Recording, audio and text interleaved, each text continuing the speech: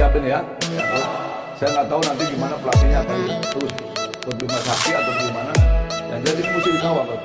Timnas Indonesia gagal ke final Piala AFF 2022. Ketua Umum PSSI Muhammad Iryawan terpaksa ambil keputusan ini. Namun sebelum kita lanjut, jangan lupa like, komen, dan subscribe agar kalian tidak ketinggalan update terbaru dari line up Garuda. Kalau sudah, mari kita lanjut. Seperti yang diketahui, Timnas Indonesia harus mengakui keunggulan Vietnam seusai kalah agregat 0-2 dalam laga semifinal Piala AFF 2022. Kegagalan Timnas Indonesia di ajang 2 tahunan ini ditutaskan Vietnam dalam laga leg kedua semifinal Piala AFF 2022 yang berlangsung di Stadion Maidin Hanoi pada Senin 9 Januari 2023. Tim asuhan pelatih Timnas Indonesia Sintayong itu tak bisa berbuat banyak hingga akhirnya mengakui keunggulan tim The Golden Star Warriors saat ini.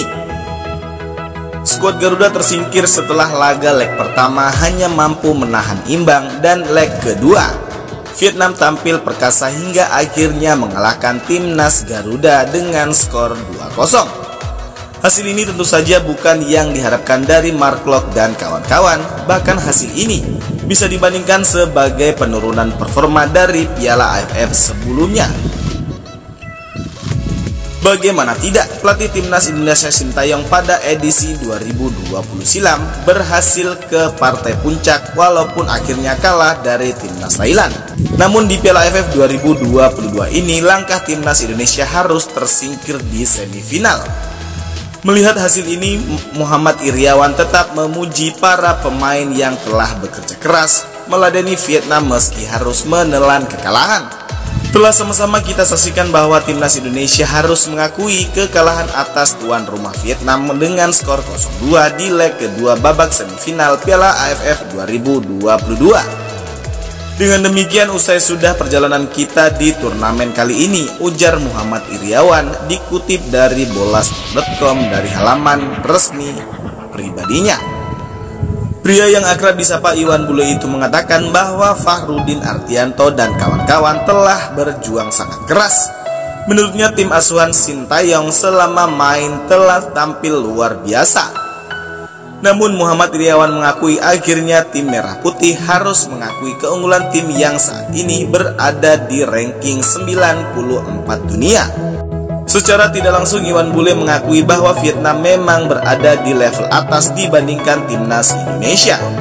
Sebab dari ranking Timnas Indonesia per 22 Desember 2022 menempati posisi ke-151 dunia. Sepanjang laga saya melihat bahwa anak-anak Timnas Indonesia sudah mengeluarkan segenap daya dan upaya dan telah berjuang sekuat tenaga, kata Iryawan. Keinginan untuk memenangkan pertandingan meski pada akhirnya harus diakui keunggulan Vietnam yang kini menempati ranking 94 dunia saat ini. Lebih lanjut, Muhammad Iryawan paham betul bahwa masyarakat pastinya kecewa dengan hasil ini. Namun ia mengingatkan bahwa kekalahan Timnas Indonesia ini bisa menjadi pelajaran yang sangat berharga. Hal ini karena skuad Garuda masih senantiasa berproses saat ini, sehingga kekalahan ini akan membuat tim lebih baik ke depannya.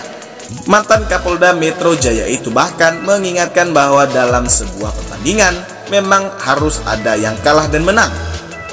Namun yang utama adalah para pemain tidak mudah menyerah dan tetap berjuang hingga akhir.